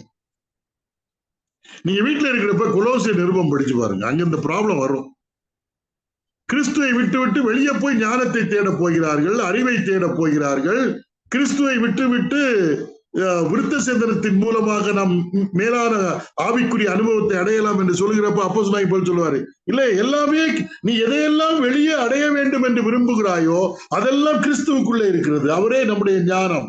அவருக்குள் ஞானம் அறிவு என்பவைகளாகிய பொக்கிஷம் இருக்கிறப்ப நீ உலக ஞானத்தை தத்துவத்தை நாடி ஏன் செல்லுகிறாய்? கிறிஸ்துவுக்குள்ளே இருக்கு. விருத்த சேதனத்தை நாடி செல்கிறாய், ஏன் செல்லுகிறாய்? கிறிஸ்துவை விசுவாசிக்கிறப்ப பரிசுத்த ஆவியினாலே நமக்குள்ளே ஒரு பெரிய ஆவிக்குரிய ஒரு விருத்த சேதனம் நடைபெறுகிறது. நம்முடைய இருதயத்தில் உள்ள மாம்ச சிந்தைகள் அகற்றப்படுகிறது அப்படின்னு கொலோசியர்ல எழுதுவாரு. கிறிஸ்துவை விசுவாசிப்பதனால எல்லாமே கிறிஸ்து தான். அப்ப கிறிஸ்துவை விட்டுட்டு போறது என்னது? எவ்வளவு பெரிய இது! ரொம்ப சங்கடம். பவுலுக்கு அந்த வேதனை தெரிகிறது. நான் பயப்படுகிறேன் அப்படி வீணாய் போயிட்டோ என்று உங்களை குறித்து பயந்து இருக்கிறேன்னு சொல்லிட்டு அப்போஸ்தலனாகிய பவுல் தன்னுடைய முதல் மிஷனரி பயணத்துல இந்த கலாத்திய நாட்டில் அவர் ஊழியர் செய்தார். அந்த ஊழிய நாட்களை அவர் நினைவு கூறுகிறார். 12வது வசனம் படிங்க. சகோதரரே, என்னை போலாகுங்கள் என்று உங்களை வேண்டிக் கொள்கிறேன். நான் உங்களை போலும் ஆனேனே, எனக்கு நீங்கள் அநியாயம் ஒன்றும் செய்யவில்லை. பாருங்க, என்னை போல ஆகுங்கள் என்று உங்களை வேண்டிக் கொள்கிறேன். அப்படி என்றால் நான் கிறிஸ்துவை விசுவாசித்து பின்பற்றுவது போல என்னை போல ஆகுங்கள் தான் அர்த்தம். நான் உங்களை போல ஆனேன்னு சொல்றார். நான் உங்களை போலும் ஆனேனே. அதாவது பவுல் தன்னுடைய அனுபவத்தை 1 கொரிந்தியர் 9ஆம் அதிகாரத்துல சொல்லுவார். ரட்சிப்பதற்காக, மற்றவர்களை கிறிஸ்துவண்டை வழிநடத்துவதற்காக பிறருடைய லெவலுக்கு அவர் போயிடுறார். படித்தவர்கள் மத்தியில அவர் படித்தவராகவே இருப்பார். படிப்பறிவு இல்லாதவர்கள் மத்தியில் படிப்பறிவு இல்லாதவர் போல இருப்பார். நியாயப்பிரமாணத்தை கைக்கொள்ளுவர்கள் மத்தியில நியாயப்பிரமாணத்தை கைக்கொள்ளுவர் போல இருப்பார். ஏன்னா அதெல்லாம் ரட்சிப்புக்கு ஏதுவான காரியம் அல்ல. நியாயப்பிரமாணம் இல்லாதவருக்கு என்னைக்கு எப்படியாவது சில பேர் ரட்சிக்கணும். அவர் மற்றவருடைய லெவலுக்கு போயிடும்னா பாவம் செய்ய போயிட்டான்னு நினைக்காதீங்க. நீங்க 1 கொரிந்தியர் 9ஆம் அதிகாரம் படிச்சு பாருங்க. 1 கொரிந்தியர் 9ஆம் அதிகாரம். 1 கொரிந்தியர் 9ஆம் அதிகாரம். 1 கொரிந்தியர் 9ஆம் அதிகாரத்துக்கு வருகிறப்ப இங்க என்ன சொல்லப்பட்டிருக்கிறது பாருங்க. 19வது வசனத்தில் படிங்க. நான் ஒருவருக்கும் அடிமைப்படாதவனாக இருந்தும் நான் அதிக ஜனங்களை ஆதாயப்படுத்திக் கொள்ளும்படிக்கு என்னைத்தானே எல்லாருக்கும் அடிமையாக்கினேன். பாருங்க, அந்த உள்ளது பாருங்க. நான் யாருக்குமே அடிமை கிடையாதுங்க. ஆனாலும் நான் அதிக ஜனங்களை ஆதாயப்படுத்திக் கொள்ளுவேன். கர்த்தருக்கென்று ஆதாயப்படுத்திக் கொள்வது. தனக்கென்று ஆதாயப்படுத்திக் கொள்வதல்ல, இல்லையா? கர்த்தருக்கென்று ஆதாயப்படுத்திக் கொள்ளும்படிக்கு என்னை தானே எல்லாருக்கும் அடிமையாக்கினேன். 20வது வசனம், யூதரை ஆதாயப்படுத்திக் கொள்ளும்படிக்கு யூதருக்கு யூதனை போலவும் அப்படின்னா பாவம் செய்தான்னு அர்த்தம் கிடையாது. யூதரை ஆதாயப்படுத்திக் கொள்ளும்படி யூதருக்கு யூதரை போலவும். இப்ப நீங்க பாத்தீங்கன்னா அப்போஸ்தலர் 16ஆம் அதிகாரத்தை படிச்சு பாத்தீங்கன்னா யூதர்களுக்கு சுவிசேஷம் சொல்லணும். அப்ப யூதர்களுக்கு சுவிசேஷம் சொல்ல வேண்டும் என்றால் அது ஒரு யூதனாக இருந்தால் நன்றாக இருக்கும். விருத்த சேதனம் பண்ணப்பட்டவனாக நன்றாக இருக்கும். அதனால தீமோத்தேயுவை தெரிந்தெடுத்த வேளையில யூதர்கள் மத்தியிலே ஊழியம் செய்வதற்காக தீமோத்தேயுக்கு விருத்த சேதனம் பண்ணார். அதனால விருத்த சேதனம் ரட்சிக்குமா? அதுல விருத்த சேதனம் பண்றது ஒண்ணு இல்ல, பண்ணாம இருக்கிறது ஒண்ணு இல்ல. அதுல எந்த பிரயோஜனமும் கிடையாது. தேவனுடைய சமூகத்தில் அது கிடைக்கும். ஆனால் யூதரை ஆதாயப்படுத்துவதற்காக தன்னோடு உள்ள உடன் ஊழியன் தீமோத்தேயுவை தெரிந்து கொண்ட வேளையில் அவனுக்கு விருத்த சேதனம் பண்ணார், இல்லையா? அது ஆதாயப்படுத்துறது. ஆனா விருத்த சேதனம் ரட்சிக்குமா? ரட்சிக்காது. அது ஏதாவது பிரயோஜனம் உண்டா? ஒரு பிரயோஜனமும் கிடையாது. ஏன்னா யூதர்களுக்கு ஊழியம் செய்யணும். யூதரை ஆதாயப்படுத்தி கொள்ளும்படிக்கு யூதருக்கு யூதனை போலவும். அடுத்தது, நியாயப்பிரமாணத்துக்கு கீழ்ப்பட்டவர்களை ஆதாயப்படுத்திக் கொள்ளும்படிக்கு நியாயப்பிரமாணத்துக்கு கீழ்ப்பட்டவனை போலவும் ஆனேன். பவுல் ஏற்கனவே ரட்சிக்கப்பட்டு விட்டார். இப்ப நியாயப்பிரமாணத்துல சில சட்டத்திட்டங்கள்லாம் சொல்லும், அது கடைபிடிக்காததுல ஒண்ணும் பிரச்சனை இல்லை. இப்ப நியாயப்பிரமாணத்துல இதுதான் சாப்பிடணும், இதுதான் சாப்பிடக்கூடாதுன்னு இருக்குது. பண்டிகை கொண்டாடுறது சொல்லப்பட்டிருக்கிறது. இப்ப அவரு நியாயப்பிரமாணத்துக்கு கீழ்பட்டு போற சமயத்துல இதெல்லாம் சாப்பிடக்கூடாதுன்னு சொல்றப்ப பவுல் அதை சாப்பிட மாட்டார். சாப்பிடுறதுல ஒண்ணு இல்லை, சாப்பிடாம இருக்கிறதுல ஒண்ணு இல்லை. ஆண்டவர் வயிற்றையும் அளிப்பார், போஜனத்தை அளிப்பார். போஜனத்தினாலே தேவனை நாம் திருப்திப்படுத்த முடியாது. புரிந்துல? அவங்க தான் சந்தேகப்பட்டா, இதெல்லாம் சாப்பிட மாட்டேன், கை கழுவி தான் சாப்பிடுவேன், நான் கை கழுவ சாப்பிடக்கூடாது. பவுல் அங்க போறானா கை கழுவி தான் சாப்பிடாது, சுத்திகரிப்பு. அது தேவனுக்கு முன்பாக அது நன்மையும் கிடையாது, தீமையும் கிடையாது. ஆனால் நியாயப்பிரமாணத்துக்கு கீழ்பட்டு ஆதாயப்படுத்துறது, அது அவருக்கு எந்த கிரெடிட்டையும் கொடுப்பது கிடையாது. அதனால அவர் கிறிஸ்துவை விசுவாசிக்கவில்லை என்று அர்த்தமாகிவிடாது. அடுத்தபடிங்க, நியாயப்பிரமாணம் இல்லாதவர்களை ஆதாயப்படுத்திக் கொள்ளும்படிக்கு அவர்களுக்கு நியாயப்பிரமாணம் இல்லாதவனை போலவும் ஆனேன். சிலவங்களுக்கு பிரமாண சட்டத்திட்டங்கள்லாம் கிடையாது. அப்ப அவங்க மத்தியில போனா அவங்களுடைய வாழ்க்கை முறை எப்படி இருக்கும்? பொதுவான வாழ்க்கை முறை, அவங்க என்ன சாப்பிடுறாங்களோ அதை போல் சாப்பிடுறாரு. இதை புரிந்து கொள்ள வேண்டும். அதனால அது ஆவிக்குரிய இதுல எல்லாம் கிடையாது. ஏன்னா அவர்களை ஆதாயப்படுத்த வேண்டும். நமக்கு இந்த அறிவு வேணுங்க, இந்த அறிவு வேணும். ஒருத்தரை ஒரு சுவிசேஷ வசனத்தை போதிப்பதற்கு அழைத்திருக்கிறாங்க ஒரு இடத்துக்கு, ஊழியக்காரர். அவரை ஒரு இடத்துல ஹால்ல நீங்க பேசணும்னு சொல்லியிருக்கிறாங்க. இவர் போன சமயத்துல அந்த ஹால்ல ஒரு கிராஸ் வச்சிருந்தாங்களாம், சிலுவை. உடனே அவர் சொன்னாரா, நான் உள்ள வரமாட்டேன், அது விக்கிரகம். என்ன செய்யறது? கடைசி நேரத்துல கிராஸ் எடுங்க, மேல வச்சிருக்கீங்க, அப்பதான் வரும். இது என்னன்னு தெரிய மாட்டேங்குது இல்லையா? அவங்க ஒரு சிம்பலுக்கு இது கிறிஸ்தவர்கள் கூடுகிற ஒரு இடம் என்பதற்கு ஒரு அடையாளமாக அதை வைத்திருக்கிறார்கள். தூரத்துல இருந்து பார்த்த உடனே இது கிறிஸ்தவர்கள் கூடக்கூடிய இடம். கிராஸ் வைத்து நான் வரமாட்டேன், விக்கிரகம். முடிஞ்சு போச்சு. பவுல்கிட்ட இதை கற்றுக்கொள்ளணுங்க. அடுத்தபடிங்க, அப்படி இருந்தும் நான் தேவனுக்கு முன்பாக நியாயப்பிரமாணம் இல்லாதவனாய் இராமல் கிறிஸ்துவின் பிரமாணத்துக்கு உள்ளானவனாய் இருக்கிறேன். அதனால பவுல் அவருக்கு பிரமாணம் இல்லைன்னு நினைச்சு, கிறிஸ்துவின் பிரமாணம் இருந்தது. கிறிஸ்துவின் பிரமாணம் என்னது? அன்பின் பிரமாணம். இல்லையா? ரொம்ப ஆச்சரியம். கிறிஸ்துவின் பிரமாணம் என்னது? மனிதன் தான் ரொம்ப முக்கியம். மனிதன் எவ்வளவு விசேஷித்தவன். கிறிஸ்துவின் பிரமாணத்துல மனிதனுடைய இது இல்லையா? ஓய்வு நாளை ஆண்டவர் மேல உள்ள குற்றச்சாட்டு, அவர் ஓய்வு நாள் கட்டளையை மீறினார். ஆண்டவர் கேட்பாரு, ஒரு மாடு கீழே விழுந்துன்னா, குழியில விழுந்தா ஓய்வு நாள்ல எடுப்பீங்களா, எடுக்க மாட்டீங்களா? மனிதன் மாட்டை விட விசேஷமானவன். அதனால ஓய்வு நாள்ல சுகப்படுத்தின குற்றம் கிடையாது, மீறவில்லை. ஆச்சரியமா இருக்கு. கிறிஸ்துவின் பிரமாணம் பலவீனரை ஆதாயப்படுத்தி கொள்ளும்படிக்கு பலவீனருக்கு பலவீனனை போலவும் ஆனேன். எப்படி ஆயினும் சிலரை ரட்சிக்கும்படிக்கு நான் எல்லாருக்கும் என்னது? எல்லாம் ஆனேன். இந்த வசனங்களை படிச்சு உள்வாங்கி நம்முடைய செயல்பாடு இருக்கணுங்க, செயல்பாடு இருக்கணும். அதான் இங்க சொல்றாரு கலாத்தியர்ல, 4ஆம் அதிகாரத்துல வருகிறப்ப 12ஆம் வசனம், சகோதரரை என்னை போல் ஆகுங்கள் என்று உங்களை வேண்டிக் கொள்கிறேன்னா, நான் கர்த்தராகிய இயேசு கிறிஸ்துவை விசுவாசித்து பின்பற்றுவது போல நீங்கள் என்னை போல ஆக வேண்டும். நான் உங்களை போலும் ஆனேனே, எனக்கு நீங்கள் அநியாயம் ஒன்றும் செய்யவில்லை. இல்ல உங்களை போல ஆனே இல்ல இல்லையா? 13ஆம் வசனத்தை வாசித்து முடிச்சிடலாம்.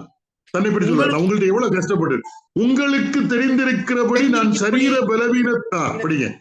உங்களுக்கு தெரிந்திருக்கிறபடி நான் சரீர பலவீனத்தோடு முதலாம் தரம் உங்களுக்கு சுவிசேஷத்தை பிரசங்கித்தேன். இது அதாவது ஒரு தேவ ஊழியனுடைய திறந்த மனம் தன்னுடைய பலவீனத்தை எழுதுகிறார். இன்னைக்கு நிறைய பேர் என்னன்னா சூப்பர் ஹீரோன்னு சொல்லிட்டு இருக்காரு. எங்களுக்கு எந்த இதுவுமே கிடையாதுங்க.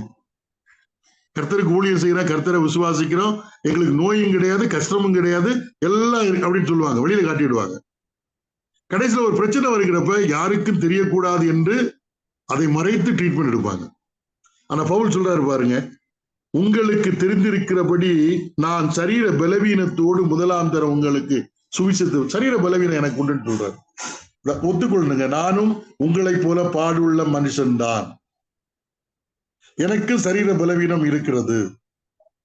அப்ப சரீர பலவீனத்திலே நான் ஒரு பலன் உள்ளவனாக கர்த்தருடைய ஊழியத்தை செய்கிறேன் என்று சொன்னால் அது என்ன? அது தேவ பலன். எனக்கு எந்த குறையும் கிடையாது, ஒரு பலவீனமும் கிடையாது, ஒண்ணும் கிடையாது. பவுலுக்கு என்னுடைய வாழ்க்கையில் இந்த வசனம் ரொம்ப உற்சாகப்படுது. சரீரத்தில் ஏதாவது பலவீனம் இருந்தால் அதை உடனே சொல்றது, நான் பலவீனம், எனக்கு இந்த பலவீனம் இருக்கிறது. அப்ப மற்றவர்கள் எனக்கு ஜோம் பண்ணுவது மட்டுமல்ல, மற்றவர்கள் என்ன சொல்லுவாங்கன்னா, அவரும் நம்மை போல ஒரு மனிதர் தான், அவருக்கும் பலவீனம் இருக்கிறது, ஆகவே என்னுடைய சரீர பலவீனத்தை அவரிடத்திலே சொன்னால் அவராலே புரிந்து கொள்ள முடியும். இதுதான் பலவீனம் வந்துன்னா நம்ம விமர்சனம் பண்ணுவோம். ஒரு வசனத்தை படியுங்கள் பாருங்கள். 1 கொரிந்தியர் 2ஆம் அதிகாரம் முதல் 3 வசனம் படித்து முடிக்கலாம். 1 கொரிந்தியர் 2ஆம் அதிகாரம் முதல் 3 வசனம். சகோதரரே, நான் உங்களிடத்தில் வந்தபோது தேவனை பற்றிய சாட்சியை சிறந்த வசனிப்போடாவது ஞானத்தோடாவது அறிவிக்கிறவனாக வரவில்லை. இயேசு கிறிஸ்துவை சிலுவையில் அறையப்பட்ட அவரையே அன்றி வேறு ஒன்றையும் உங்களுக்குள்ளே அறியாதிருக்க தீர்மானித்திருந்தேன். அல்லாமலும் நான் பலவீனத்தோடும் பயத்தோடும் மிகுந்த நடுக்கத்தோடும் உங்களிடத்தில் இருந்தேன். பலவீனத்தோடும் பயத்தோடும் மிகுந்த நடுக்கத்தோடும், அது அழகா சொல்றாரு பாருங்க. ஆவியானவர் எழுதி வச்சிருக்கிறாரு. இது பவுல் பெரிய அப்போஸ்தலர், இதை சொல்லணும். அவருக்கு என்ன பலவீனம்? அனைவருக்கு சுகம் கொடுத்தவர். அதாங்க வாழ்க்கை, அதான் ஒரு இது. மிகுந்த பலவீனத்தோடும் நடுக்கத்தோடும் பயத்தோடும் உங்களிடத்தில் இருந்த, இங்க சொல்ல நான் சரீர பலவீனத்தோடு இருந்த முதல் முறை வந்த வேலை இல்ல. கர்த்தருடைய ஊழியர்கள்ல சொல்லணும். அது அப்படி சொல்றப்ப அவர்கள் நம்மோடு ஜெபம் பண்ணுவாங்க. இன்னொரு கருத்து என்னன்னா, இவரும் நம்மை போல ஒரு மனுஷன் தான், நம்முடைய பலவீனங்களை சொன்னால் அவருக்கு தெரியும், உணர்ந்து கொள்வார், ஏனென்றால் அவரும் பலவீனம் உள்ளவர் தான். அதனால மறைக்க வேண்டிய விஷயங்கள்லாம் கிடையாதுங்க, ரொம்ப புரிந்து கொள்ள வேண்டும். சரீர பலவீனமாக இருக்கலாம், ஆவிக்குரிய பலவீனமாக இருக்கலாம், நிறைய காரியங்கள் இருக்கலாம். இதை நான் பவுலிடத்திலிருந்து, பவுல் மூலமாக கர்த்தர் எனக்கு கற்றுத்தந்த ஒரு காரியம், என்னை கேட்டுக்கொண்டிருக்கிற கலாத்தியர்களை நிறுவனம் படிக்கிறப்ப இதுல முக்கியமா இன்னைக்கு படிச்சது என்னன்னா, கிறிஸ்து இந்த பூமிக்கு வந்தார் எதுக்குன்னா, நாம் புத்திர சுவிகாரத்தை அடைவதற்காக. பழைய அடிமைத்தனத்துல இருந்து நாம் புத்திர சுவிகாரத்தை அடைந்து தேவனுடைய பிள்ளைகள் என்கிற அந்தஸ்தை பெற்று தேவனுக்குரிய அனைத்துக்கும் உரிமையாளர்களாக மாறி கிறிஸ்துவோடு நாம் உடன் சுதந்திரம் இருப்பார். கிறிஸ்துவுக்கு என்னெல்லாம் இருக்குதோ அதுக்கெல்லாம் நமக்கு பங்கு உண்டு. கிறிஸ்து மட்டும் தேவனுடைய பிள்ளை அல்ல, நாமும் கிறிஸ்துவின் மூலமாக தேவனுடைய பிள்ளைகளாக புத்திரராக மாறி இருக்கிறதுனால பயப்பட வேண்டிய அவசியம் கிடையாது. பிள்ளைகளானால் சுதந்திரராமே அப்படின்னு சொல்லிட்டு இன்னும் பழைய இதுக்கெல்லாம் போயிட்டு இருந்தோம்னா, கிறிஸ்துவுக்கு எல்லாமே எனக்கு கிடைத்து விட்ட வேலையில இன்னும் பழைய சடங்கு சம்பிரதாயம் நாள் பார்க்கிறது யூதர்களுக்கு டைரக்டா எழுதுறாரு. இந்த ஓய்வு நாட்கள் மாத பிறப்புகள் அது இதுன்னு சொல்லிட்டு நீங்க அலைஞ்சிட்டு இருந்தீங்கன்னா எப்படி? அவைகளெல்லாம் நிழல், கிறிஸ்து தான் பொருள். பவுல் சொல்றார், கிறிஸ்துவை உங்களுக்கு பிரசங்கித்தேன், இப்ப வீணாய் போயிட்டோ, நான் பயப்படுகிறேன், நான் வந்த வேளையில நீங்க என்னை எப்படியெல்லாம் ஏற்றுக்கொண்டீர்கள் என்று அவர்கள் மத்தியிலே ஊழியம் செய்ததை நினைவு கூறுங்க. நானும் உங்களை போல ஆனேன் என்பதோட அர்த்தத்தை நீங்க புரிந்திருப்பீங்கன்னு நினைக்கிறேன். கர்த்தருக்கு ஜனங்களை ஆதாயப்படுத்த வேண்டும் என்று சொன்னால் நாம் இருக்கிற நிலைமையில் இருந்தால் முடியாது. அவர்களை போல அவருடைய அவங்க லெவலுக்கு நம்ம போகணும். நம்முடைய கம்ஃபர்ட் சோன் எல்லாம் கொஞ்சம் விடணும், நிறைய கொஞ்சம் இல்லை, முழுமையாக விட தெரிய வேண்டும். கண்டிப்பா நம்ம கர்த்தருக்கு ஜனங்களை ஆதாயப்படுத்த முடியும், அநேகரை ரட்சிப்பதற்கு. நான் எல்லாருக்கும் எல்லாமான, ஆனால் எந்த விதத்திலும் நம்ம யாருக்கும் அடிமை அல்ல, கிறிஸ்துவின் பிரமாணத்துக்கு கட்டுப்பட்டவர். கர்த்தர் தாமே இந்த வசனங்களை நமக்கு ஆசீர்வதித்து தருவாராக. கலந்து கொண்ட உங்கள் அனைவருக்கும் கர்த்தருடைய நாமத்திலே நன்றியை தெரிவித்துக் கொள்கிறேன். ஜெபம் பண்ணி முடிக்கலாம். எங்களை கிருபையாய் நேசிக்கிற அன்பின் பிதாவே, இந்த அருமையான வேலைக்காக நாங்கள் உம்மை நன்றியோடு ஸ்தோத்தரிக்கிறோம், துதிக்கிறோம். உம்முடைய வேத வசனம் எவ்வளவு முக்கியமானது என்பதை நாங்கள் அறிந்து கொள்கிறோம். எங்களுடைய வாழ்க்கையை சீர்படுத்தக்கூடியது, கிறிஸ்துவுக்குள்ளாக வளருவதற்கு எங்களை உற்சாகப்படுத்தக்கூடியது என்பதை நாங்கள் அறிந்திருக்கிறோம். கால நிறைவேறின பொழுது ஸ்திரீயின் வித்தாக இந்த பூமிக்கு உம்முடைய குமாரனை அனுப்பினீர். அதன் மூலமாக நாங்கள் புத்திர சுவிகாரத்தை பெற்று உம்முடைய ஆசீர்வாதங்கள் அனைத்தையும் அனுபவிப்பதற்கான பாக்கியத்தை நாங்கள் பெற்றிருக்கிறோம். கர்த்தராகிய இயேசு கிறிஸ்து உம்மை எப்படி பிதாவே என்று அழைக்கிறாரோ அதே போல நாங்கள் உம்மை பிதாவே என்று அழைப்பதற்கான அந்த புத்திர சுவிகாரத்தின் ஆவியை, குமாரனுடைய ஆவியை எங்கள் இருதயங்களில் தந்திருக்கிறதற்காக ஸ்தோத்திரம். நாங்கள் தேவனை உம்மை பிதா என்று அழைப்பது நாங்கள் கற்று தேறி அப்படி அழைப்பது அல்ல, அறிந்து அழைப்பது அல்ல. நாங்கள் பிள்ளைகள் ஆனதுனாலே உரிமையோடு நாங்கள் அழைக்கிறோம். நாங்கள் உமக்கு நன்றி செலுத்துகிறோம். குமாரனுடைய ஆவியை நீர் எங்களுக்கு தந்திருக்கிறதற்காக. இப்படிப்பட்ட பாக்கியத்தை உடையவர்களாகிய நாங்கள் ஒரு காலத்தில் தெய்வ குணங்கள் இல்லாதவைகளை தெய்வம் என்று நினைத்து இந்த உலக வழிபாடுகளுக்கெல்லாம் நாங்கள் அடிமைப்பட்டு கிடந்து அதன் மூலமாக தெய்வத்தை நாங்கள் திருப்திப்படுத்தலாம் என்று நினைத்துக் கொண்டிருந்த காலத்திலே கிறிஸ்துவின் மூலமாக உம்முடைய பிள்ளைகளானோம், ஆபிரகாமுடைய சந்ததியாராக மாறினோம், உம்முடைய சுதந்திரவாளிகளாக நாங்கள் மாறி இருக்கிறோம். இவ்வளவு பெரிய பாக்கியத்தை பெற்று நாங்கள் அதற்கு ஏற்ப நாங்கள் நடக்கத்தக்கதான கிருபைகளை தாரும். கிறிஸ்துவை விட்டு எங்களை பிரிப்பது யார் என்று பவுல் சொன்னது போல கிறிஸ்துவை பற்றிய உண்மையை நாங்கள் பற்றி கொண்டு விசுவாசித்து முன்னேறி செல்ல நீர் எங்களுக்கு உதவி செய்யும். ஒரு பெரிய அப்போஸ்தலர் தன்னுடைய வாழ்வில் இருந்த பயம், பலவீனம் எல்லாவற்றையும் கர்த்தருடைய பிள்ளைகளுக்கு முன்பாக சொல்வது எழுதப்பட்டிருப்பது போல எங்கள் வாழ்க்கையிலும் நாங்கள் சாதாரணமான மனிதர்கள் என்பதை உணர்ந்து பரிசுத்த பிதாவை எங்களுடைய பலவீனங்களையும் எங்களுடைய கவலைகளையும் மற்ற உடன் விசுவாசிகளோடு பகிர்ந்து கொள்கிற வேளையில அதனாலே அவர்களுடைய எண்ணங்களிலே எங்களை பற்றி வரக்கூடிய எண்ணங்கள் எவ்வளவு மேலானதாக இருக்கிறது. அதற்காக நாங்கள் நன்றி செலுத்துகிறோம். எங்களுடைய வாழ்க்கையை சீர்படும். கொட்டிவாக்க சபையாருக்காக ஸ்தோத்திரம், சபையில் உள்ள விசுவாசிகளுக்காக ஸ்தோத்திரம். அவர்கள் எடுக்கிற பிரயாசங்கள் எல்லாவற்றையும் நீர் அறிந்திருக்கிறீர் கர்த்தாவே. அந்த பிரயாசத்தின் பலனை அவர்கள் காணத்தக்கதாக நீ உதவி செய்ய வேண்டுமாய் ஜெபிக்கிறோம். அந்த சபையின் மூலமாக அநேகர் உம்முடைய விலையேற பெற்ற சத்தியத்தை அறிந்து கொள்வதற்கு இதை ஒரு முகாந்தரமாக நீர் வைத்திருக்கிறதற்காக ஸ்தோத்திரம். அற்பமான அடியானுக்கு இப்படிப்பட்ட ஒரு பாக்கியம் கிடைத்ததற்காக ஸ்தோத்திரம். நல்ல வேலைக்காக நன்றி. கலந்து கொண்ட எல்லாருக்காக ஸ்தோத்திரம். எதிர்பார்ப்போடு கூட பலவீனத்தோடு கூட அநேக கேள்விக்குறியோடு கூட இருக்கிறவர்களுக்கும் கர்த்தாவே நீர் பதிலாக இருந்து அவர்களை வழிநடத்தும்படியாக ஜெபிக்கிறோம். உமக்கு சித்தமானால் வருகிற சனிக்கிழமை நாங்கள் மறுபடியும் இந்த ஆண்டுடைய வருகை தாமதிக்குமானால் இந்த ஊழியத்தின் மூலமாக சந்திக்க வேண்டிய வாய்ப்பை தாரும். எங்கள் ஆண்டவரும் இரட்சகரும் மீட்பரும் ஆகிய இயேசு கிறிஸ்துவின் நல்ல நாமத்தில் இந்த ஜெபத்தை எடுக்கிறோம் அன்பின் பிதாவே. ஆமென்.